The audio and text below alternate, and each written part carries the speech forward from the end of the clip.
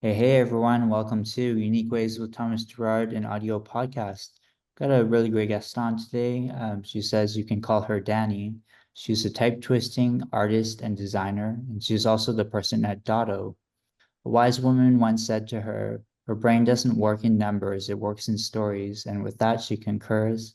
She's obsessed with words and their power to change, challenge, and inspire.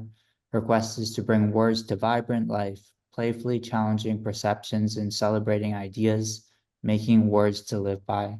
Please join me in welcoming Dani Molyneux. Welcome. Hi, Thomas. Hi. Thanks for having me. You ready for 20 questions? Just about, yeah, let's go. Okay, question one. Tell me a little bit more about yourself. What do you do?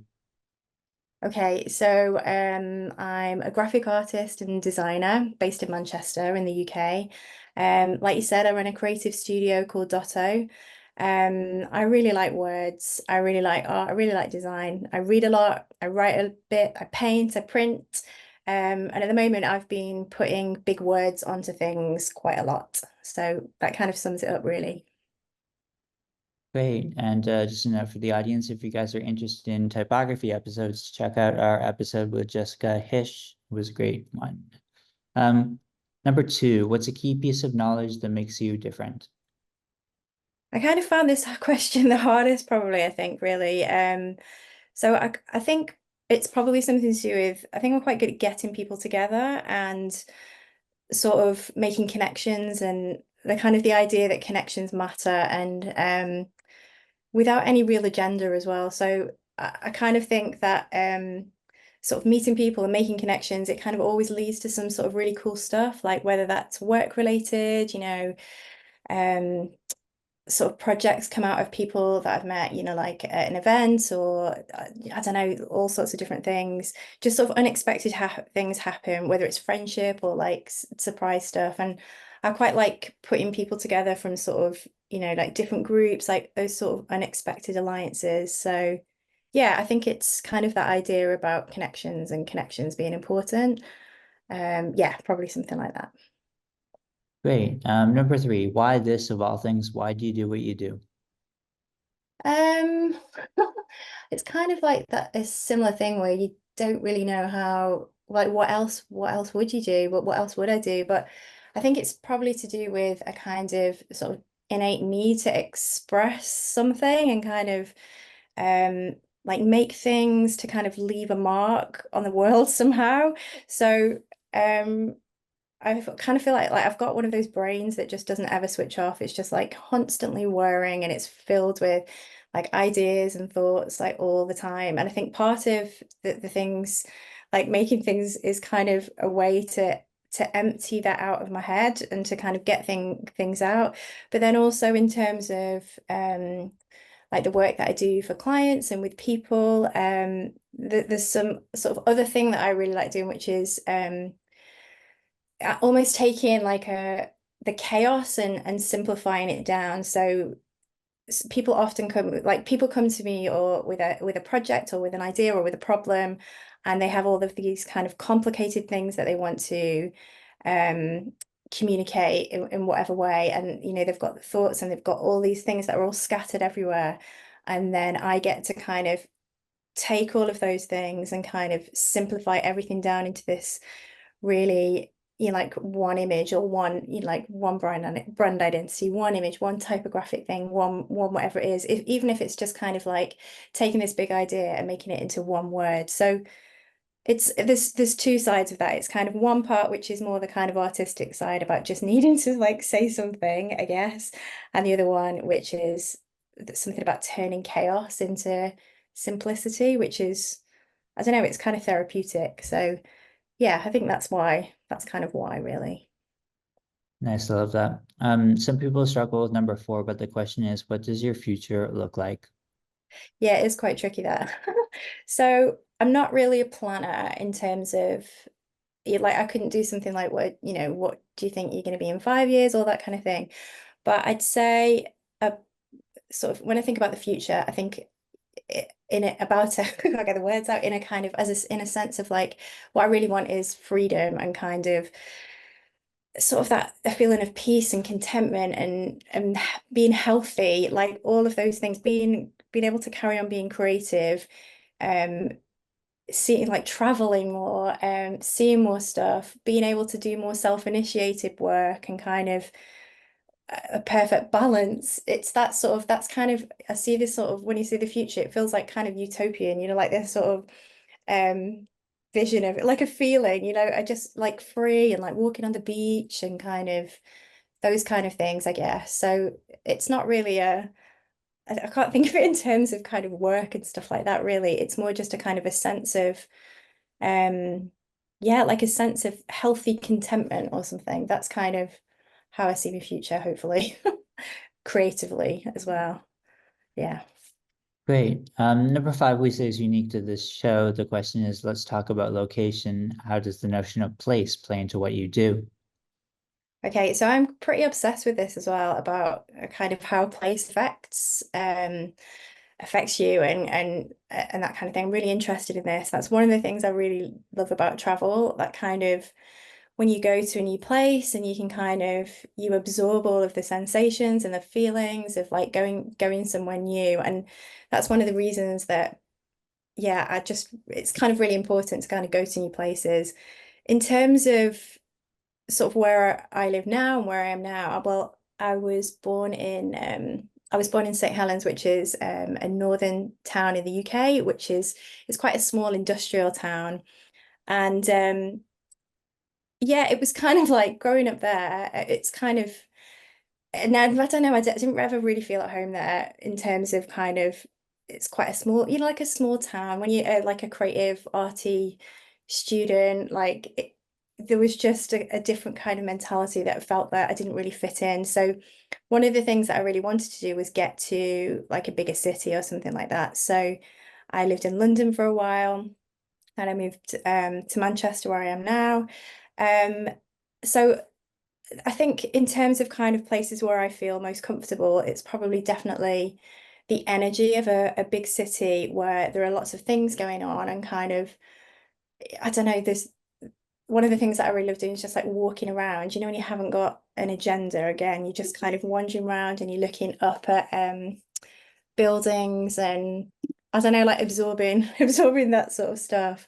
But equally, I kind of like I really like going to things like just even things like the beaches or the forest or the mountains. Like I feel like I'm super sensitive to all of those things. So if I kind of ever have like a creative block or anything like that, I just want to go somewhere. I want to go for a walk or I want to go into the city or yeah, any of those things. And I think in terms of probably the closest place that I've ever felt most connected to in terms of like home is probably Liverpool in the north of England, and that's where even we were like I was from St Helens, but Liverpool was the closest city, so that's kind of where I grew up in terms of like first being like a teenager and going out to watch bands and going to out with my friends and stuff like that. So if I go to Liverpool now, that kind of feels like I don't know, I feel really connected to that city. So yeah, I don't know. There's a lot of things, but yeah, I'm a bit obsessed obsessed with the idea of place as well. I don't know how that affects my work specifically or but yeah, I think it kind of just all sort of absorbs into you, doesn't it? And kind of yeah, anyway, yeah. That's great. Number six, if you had to start from the beginning, what advice would you give your former younger self? I would say to sort of I'd say to trust in myself more. Um, Definitely. I think a lot of us do this, but there's a sense of when you're younger, you kind of follow this sort of path that's almost prescribed for you. So yeah, you just sort of, oh, I'm going to go to school, then I'm going to do this, then I'm going to pass this, and it feels like these pre sort of determined steps. And I think often when I was younger, I would probably make decisions based on kind of what I thought was the right thing to do or what I thought I should do. And I think now that I'm older, I definitely don't do that. And I think there's a lot of brilliant things have happened because um I've kind of learned to be more instinctive and kind of take more risks and kind of leap into things more. And listen to kind of like that inner voice a little bit more that goes, I don't know, you like you're sort of tuning out the kind of the things around you. So that's definitely what I would say. Sort of just listen to your own voice a bit more. That's what I would probably tell myself. Great. And what's a day in your life like? So they're a little bit, they're probably all a little bit different, but I always start the day. I'm such a weirdo. I always start the day with a lemon water. I really like a lemon water in the morning. And if I don't have like a lemon in the house, get really stressed out. I really like a lemon water. It's like super refreshing. So I always start with that. And I try and do some kind of something like go for a swim or go for a walk or something like that. To kind of kick the day off before I get into work. I've also got a school age daughter, so everything kind of revolves a little bit around those sort of timings. So, like getting her off to school before I start everything. Um, and then I've got my own studio, which is based in Manchester in the city. So that's sort of, I'll either jump on the tram or drive into that, depending what I'm doing. Or I also am a member of a printing studio. So sometimes I'll go in and I'll do some screen printing or something like that. And if I am going to work around near home in South Manchester, I'll often go and work in like a coffee shop because I go insane if I'm in the house. So I'm kind of dotting around those three things and everything.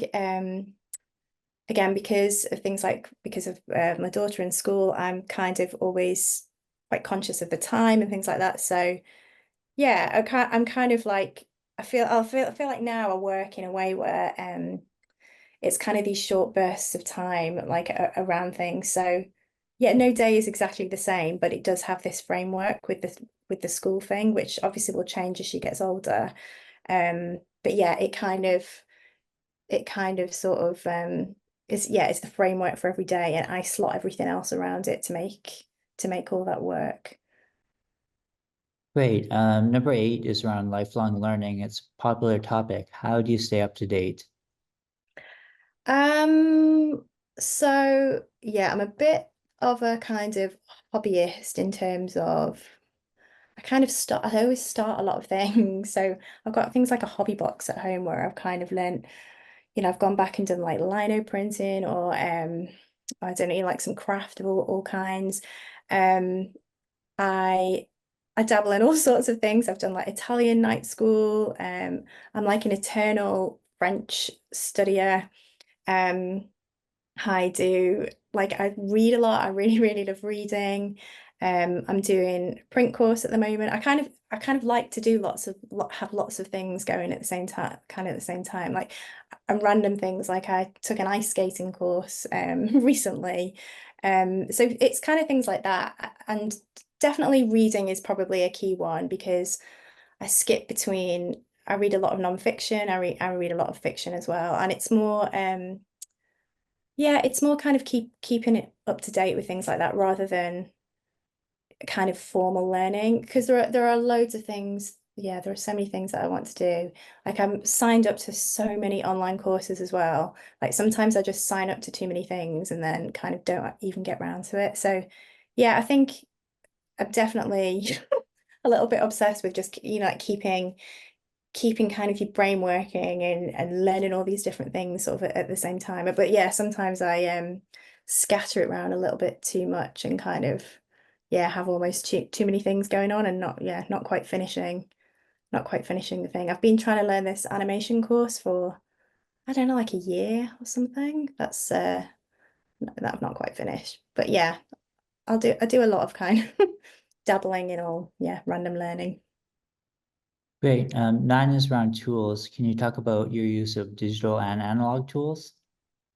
Yeah, so again, it's a real mix between both digital and analog, but I definitely I use my MacBook or an iPad or something like that every day, pretty much. Um, and again, that's because I've worked as a graphic designer for so long, everything kind of it's almost like it's like the natural tool. So yeah, I'm always using like Illustrator mainly. And even when I'm doing things like, even if I'm going to do a painting or something like that, I usually will, like, I'll sketch something out and then I'll bring it into Illustrator and I'll like tidy everything up, and then I'll take it and then I'll paint it from that. So even the things that I'm doing that are, that are analog, I still kind of tend to have some involvement with the sort of the digital side as well. But what I do kind of do as well is I kind of use the bare minimum of everything. So I don't know all of the programs, I'm not super high tech. I kind of use it all the time, but just take what I need from everything and kind of, yeah, just use the tools in like the simple way that works for me. But yeah, I don't think I could live without my MacBook really. So, well, I'm sure I wouldn't die, but you know what I mean.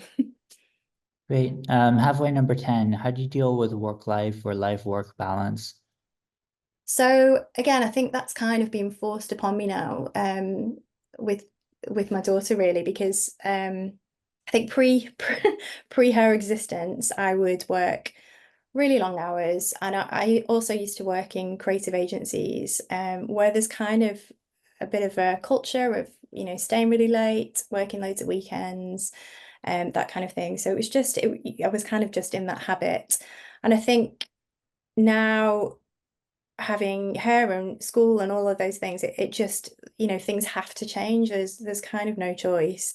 And at first I was kind of resentful of that, to be honest, because you get yourself really used to kind of one way of working. And I am a bit, I am a little bit of a workaholic in terms of when you get an idea and you really want to see something through, and it's hard to kind of to stop and pause and do other things. But um as kind of as I've spent more time kind of getting used to like things like, well, I keep talking about the school day, but it's sort of forced this flexibility and this kind of this balance that now it's so much better. And I kind of think like one in terms of, I actually stop work at a certain time, and I might pick up something later in the evening and do some sort of sketching and things like that, but it just balances everything out. And even things like, having school holidays, that used to wind me up so much because there are so many and they impact on all the things that I want to do.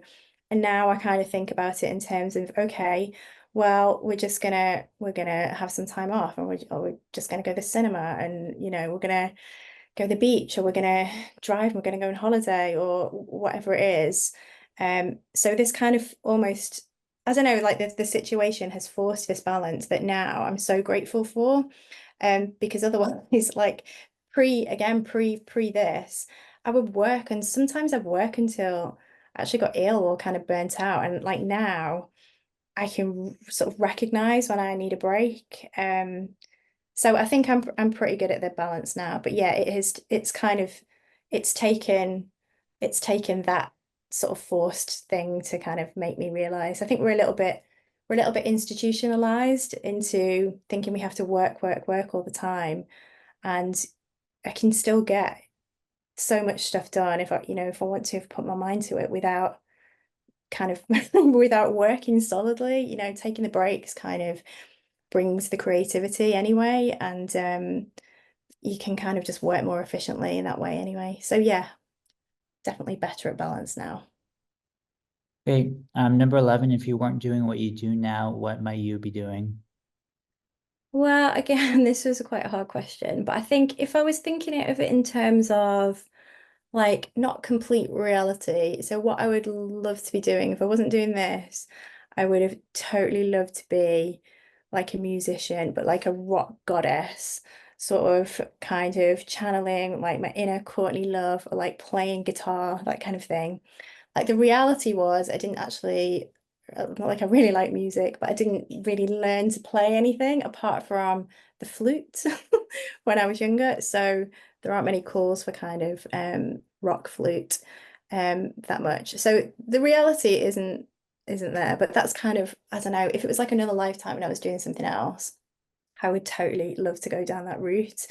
Or even kind of the other thing when I think about things like when I think back at school, other things I was good at was it was like French and art and English. So I kind of imagine maybe doing something with languages or travel or something like that.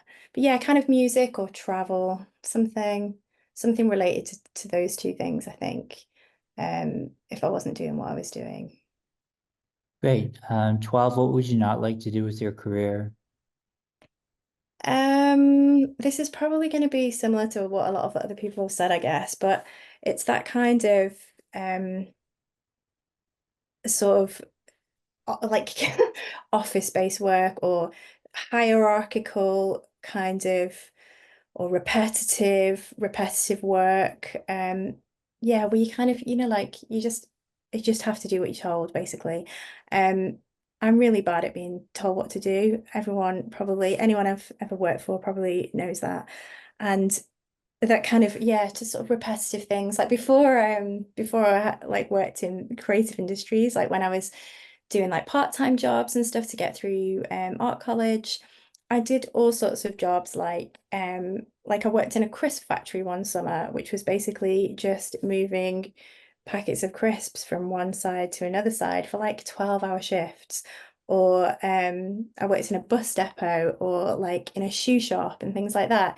And they were all like I bet really nice people at like really nice things, but like there's just the kind of repetitiveness of the jobs and the sort of like there's one job where you had to kind of, actually what do you do, clock in and clock out and kind of the sort of the regimented nature of those kind of jobs, or even things like the army or something like that. Like these are the things that I would go insane, that kind of I want to be able to turn up late or I want to go for a swim in the middle of the day, or like this is the stuff that I'm so lucky to be able to do these things now. But it also means that sometimes like I'll work the weekend or I'll work the evening, but it's all on my terms, and that's the stuff that I really don't want to go back to kind of being clock watched and told what to do. I just love the freedom of even if it's working really hard or really late, it's kind of I'm in control of everything. So that's definitely what I wouldn't want to do. Wouldn't want to do again. Great. So 13 is what's your favorite word, quote, or sentence? Okay, so so I was trying to come up with something for this that was a little bit kind of inspirational, but actually the reality is one of my favorite phrases at the moment, I keep using it a lot, is a sunk cost. You know, the idea of something being a sunk cost. And I started I started thinking about this. It was ages ago, and I went to a gig in London with my dad and my brother. We were going to watch Queens of the Stone Age in London in Finsbury Park. And we'd like spent the money on the tickets and we'd gone down to the festival, to the gig, and it was a really hot day, and like it was really terrible. There were loads of queues. We couldn't get a drink. We couldn't, it was just rammed in there. They'd let too many people in and they didn't have enough stuff. And then when the band started to come on, we had loads of support acts and things, and the sound was really bad as well. And we were all really sulking about it because we'd spent this money and we'd kind of gone to this gig. And then we decided, my brother said something like, well, do you know what? Why don't we just go and do something else? We don't have to stay here. It's like a sunk cost. Let's just go. So we ditched it and we went into London and we had a really amazing like night instead. And I think I use that a lot now. And I use it in terms of, yeah, it's something like, you might have bought something, might have bought a course, but it's kind of this idea that like if you're doing something, you're working on something or whatever it is, you might have invested loads of time into it. And sometimes you kind of just keep flogging away, even when you know it's not working, and then you could just ditch it and do something else. So I kind of like sort of the freedom of this sort of, like it doesn't matter, or whatever's gone in the past is gone, and you can kind of ditch it, like you can just do something else and kind of like that stuff can just be forgotten and you can just move on. So yeah, I kind of really like that phrase for that reason. Great. And how about a least favorite word, quote, or sentence? Okay, so for this, I would say something really them like Mean Girls, like you can't sit here. And there's a few few things I feel about this, and that's kind of in terms of like being a kid and kind of, like you can't sit on the table with the popular kids or something like that. But even in terms of kind of when that kind of flows through to like the cliqueiness of the design industry, the creative industry, or whatever industry you're in, there's always this kind of cliqueiness and sort of The idea that, did you go to the right college? Did you study at the right place? Did you work at the right place? Did you know the right people? And I kind of hate the idea of people feeling isolated or not feeling good enough, or kind of I kind of hate that. And um that's one of the reasons I've run things like community events and stuff like that. It's kind of, I feel really strongly about making room for people, and kind of yeah, like bridging up, moving over, making space for people, um, making sure people aren't kind of on their own. And yeah, in terms of like work and industry and stuff like that, but like that stretches to kind of like world stuff as well, which is what winds me up about, people freaking out about immigration and stuff like that. It's kind of, if people need some help, we can, and you can help them, you should help them. Like, it's a really simplistic idea, but that kind of sort of really closed off idea of, like, we're in this little gang looking after ourselves, and we're going to leave you over there. That's the thing that I can't stand. I kind of, yeah. So that's a phrase that I hate. I kind of, the more the merrier. That's how I feel. Great. And you're choosing one word to describe yourself. What word would it be? Okay, this is this is a tricky one as well. So I'm gonna go with awkward, um, which feels negative, but I think there's a bit of a double sort of double meaning for it. And I think I was I'm one of those people, I feel like I often feel a bit awkward in my own skin, and like I'm a bit clumsy, I'm a bit messy. Um, so I'll feel like if there's an awkward silence, I will fill it with my entire life story, even if I don't know you, and then I'll feel really awkward about that as well. But yeah, so like an awkward thing. But in terms of things like as well, in things like, I really like the awkwardness in like typography and like lettering and work and stuff like that. Like, once when I'm making something, if it looks too polished or too um I don't know, like I'll always try and, like, I'll twist one word, or I'll add one color, or something that clashes, or something that's a little off. I don't like to leave anything that looks, like too, almost too, yeah, too perfect. I like the kind of the imperfections of the awkwardness and sort of the individualness of that. And I think that's one of the things that makes everybody sort of so interesting, is their awkwardness and their imperfections and those interesting elements. So yeah, I'm gonna go with that. I'm gonna go with awkward. Nice. And what keeps you up at night? Okay, literally everything. Yeah, literally everything keeps me up at night. I'm a completely massive overthinker. Um, like I said, I cannot switch my brain off, and the worst time is at night where it just goes into overdrive. And I am like a catastrophizer. So yeah, it'll be literally anything. So I can be completely logical by day, and then as soon as it's nighttime, I need to go to sleep. I'm just thinking of kind of, it can be family related, it can be work related. I can be like redesigning layouts or something, or like redoing, whatever it was. Like the last time, well, I had like last year, I had my first solo exhibition. I couldn't sleep because I was stressing out that nobody would come. And then I was stressing out that everybody would come and that they'd think it was terrible. And then I was stressing about something else. And then I'll stay awake at night because things like, the climate or something, or like war, or, like, it will literally flip from something as simple as kind of, yeah, like I said, like designing a page, to kind of complete like like world breakdown or something like that. And then like I'll wake up in the morning, I'll be a bit tired, and then I'm thinking, why was I stressing about that? But yeah, at night, I'm just a nightmare. Just yeah. So yeah, everything keeps me up at night. Great. And I just need to be mindful of time here, so I'm going to skip to Oh, number 20. The question is, how can our listeners keep tabs on you, and what's our call to action? sure. You can find me at dotto.studio, and on the socials as well as dotto_studio. And I'm on LinkedIn as Danielle Molyneux.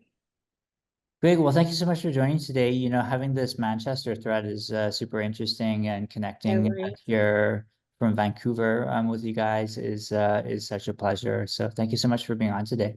No, thanks for having me.